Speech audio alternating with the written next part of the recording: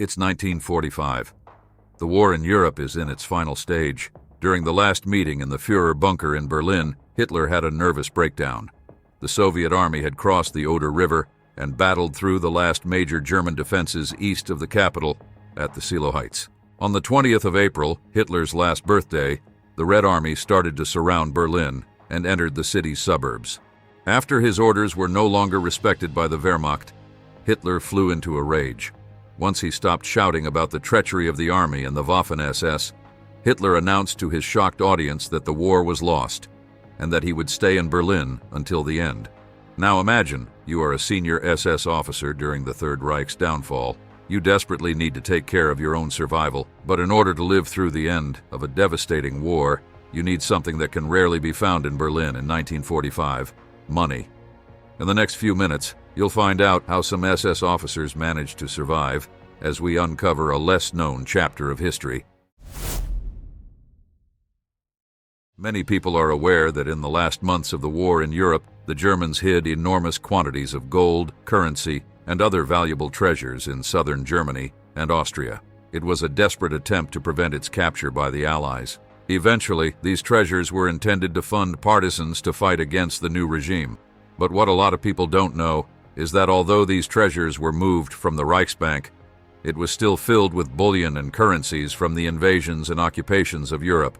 The main reason for which movements of the bank's treasury were organized was the bombing of the Reichsbank building by 950 US B-17 Flying Fortress bombers. Around 5,000 employees of the bank managed to survive the air raid by taking shelter in the building's underground bunkers. The upper stories were all but destroyed. The building was labeled as unsafe, so just a portion of the riches remained there under lock and key. Places like Siegen or Merker's mine were among the biggest hiding spots for treasuries. See all these bags? These were filled with gold, but these are other stories. Tell us in the comments if you want to uncover them in the future. For now, let's focus on our events. Ernst Kaltenbrunner, the tall, terrifying-looking leader of the Reich Security Main Office, was appointed by Himmler as Commander-in-Chief of the Southern Europe German forces. In reality, Kaltenbrunner and his staff were preparing to flee. When the Soviets were almost in the heart of Berlin, Kaltenbrunner sent a message to one of his trusted officers. Standartenführer SS Joseph Spacil was the head of the second section of the Reich Security Main Office Budget and Administration. Basically, he was the chief accountant. A wanted war criminal, he participated in Operation Bernhard, the operation that used prisoners to forge millions of British banknotes. On the 22nd of April 1945, the Reichsbank vault doors opened at Spacil's orders. He, along with his staff and other SS troops, rushed into the building, demanding the bank's employees to open the vaults. Of course, threats were necessary for the employees to cooperate. The robbers took valuables that weren't hard to handle. Hence, most of the gold bars remained untouched, their weight and bulk making them impractical for airborne transport.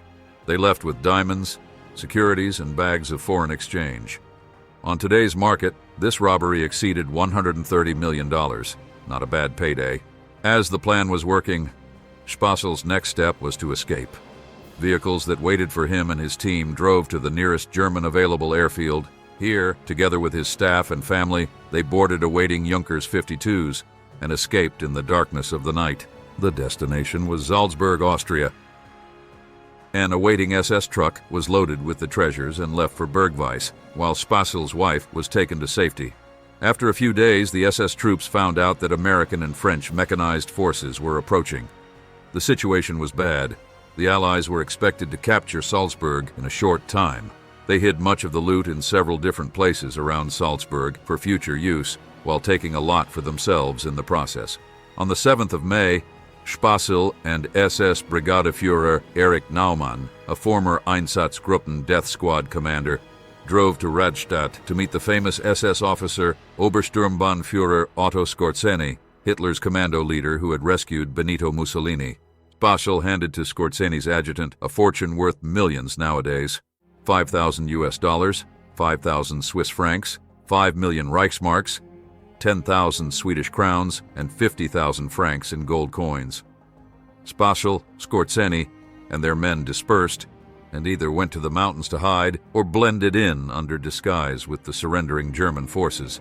Spacil disguised himself as a German army corporal and joined the 352nd Infantry Division as it surrendered to the Americans. Unfortunately for him, the Americans identified him and he was taken for interrogation. Spacil disclosed one of his hiding spots, hoping he would be set free. Under a barn, the Americans discovered 19 bags of gold coins, almost 10 kilos of gold. Around the place, more treasures were found, revealing the scale of the heist. But about $123 million of Nazi gold remained unaccounted for. So where is it? Nobody knows. We can only speculate, but it's clear that the robbers got some fat paychecks. We have Skorzeny as an example. He was captured and interrogated for 3 years, but never revealed the position of the hidden treasure.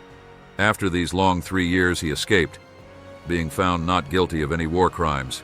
He later resurfaced in Spain in 1950, where he lived in extreme luxury. He didn't forget his comrades. His extreme wealth fueled the SS escape organization Die Spinne, translated to the Spider, which helped send war criminals faster to South America. After living a great retirement, Otto Skorzeny died in Madrid in 1975. To this day, approximately $6 billion from the Reichsbank remains unaccounted for. It is clear that although a part of the treasure is still hidden today, a big part of these fortunes are carefully stored in banks from Switzerland, London, Paris, and so on. Joseph Spacil testified against Kaltenbrunner at the Nuremberg trials. He worked as a clerk in a German bank. Seems he did not spend his fortune wisely, if he had anything left of it.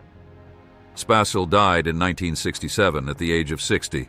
If you are still wondering what became of the gold bullion left in the vaults, the Red Army took it after the 2nd of May when Berlin surrendered. Please subscribe and leave a like to support us. You don't want to lose our next subjects. See you next time.